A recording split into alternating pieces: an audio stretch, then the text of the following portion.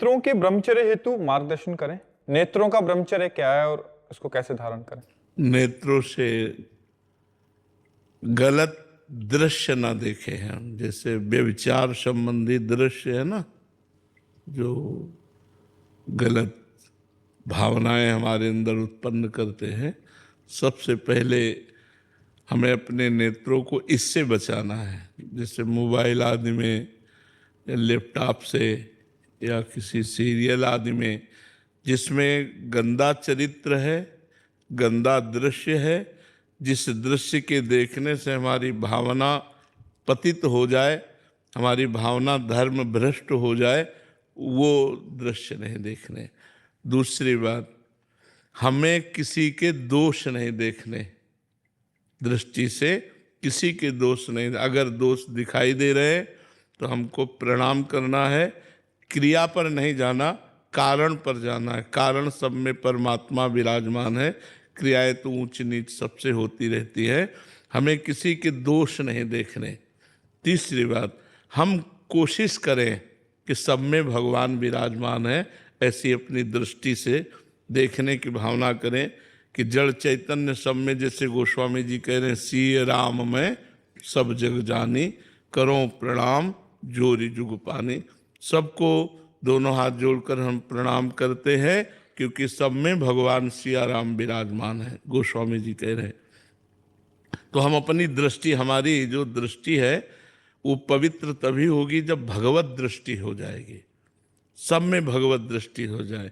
तो हम गलत आचरण वाले, जैसे कोई पशु पक्षी मैथुन कर रहा है तो हमें नहीं देखना, इससे हमारी दृष्टि दूषित हो जाएगी। यही वृंदावन में एक सौभरी नाम के महात्मा रहते थे, जो जल को स्तंभित करके जल समाधि लेकर के भजन कर रहे थे। तो समाधि से उनके नेत्र खुले तो उन्होंने देखा मछली मैथुन कर रही है। हर जीव में होता है, बस उसका मनन होने लगा। जो देखा जाता है उसका मनन होता है। मनन हुआ तो उनको लगा क्या समाधि से भी बढ़कर सुख है, एक बार देखना चाहिए। चाह पैदा हो गई, नहीं मैं भी भोगूं, ऐसी चाह पैदा हो गई। अब वो ऋषि थे, सामर्थ्यशाली थे, सीधे उठे और राजा उस समय चक्रवर्ती सम्राट मानधाता थे। मानधाता के पास गए और कहा, अब सामर्थ्यशाली ब्रह्म ऋषि ऐसे कोई राजा से ऐसे कोई साधारण बात कर सकता है क्या?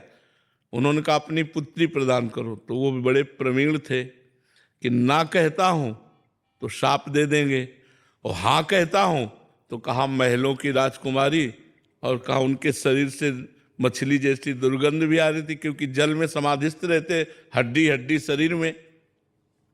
तो 50 पुत्रियां थी। तो उन्होंने कहा महाराज जो तुम्हें पसंद करे उसे स्वीकार कर लो। बोले आदेश करो। महल में आदेश किया कि महाराज सौभरी ऋषि पधार रहे हैं, जो राजकुमारी उन्हें पति रूप में वर्ण करना चाहे वो स्वीकार कर सकती है। महाराज सौभरी ने रास्ते में अपना ऐसा रूप बनाया, और तपस्वी थे, कि 50 मोहित हो गई।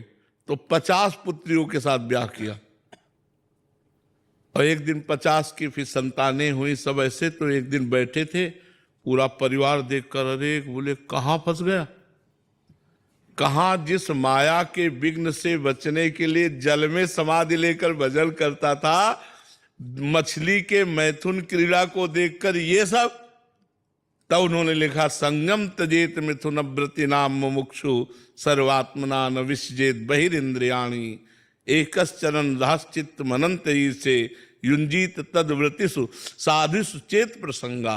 बोले अगर मुक्त होना चाहते हो संसार से तो किसी भी मैथुन धर्म से युक्त प्राणी का संग न करो। संग नेत्रों से सबसे पहले होता है। हम किसी को भोग करते हुए देखे, चाहे स्त्री पुरुष हो, चाहे पशु पक्षी हो, चाहे कोई भी हो, जब मैथुन क्रिया उस समय हमारी दृष्टि जाएगी तो हमारा मनन होगा, और मनन होगा तो हमको भी वैसे ही चाह हो जाएगी, तो हमारी दोष दृष्टि हमको भ्रष्ट कर देगी। छोटे छोटे बच्चे जो आज गिर रहे हैं नई नई अवस्था के, उसका कारण मोबाइल है। मोबाइल में गंदी बातें सर्च करते हैं, गंदी बातें देखते हैं। तो दृष्टि को पवित्र रखने के लिए किसी भी प्राणी के मैथुन धर्म से युक्त होने पर हमारी दृष्टि ना जाए, और कोई भी मोबाइल लैपटॉप आदि से हम गंदी बातें न देखें, और किसी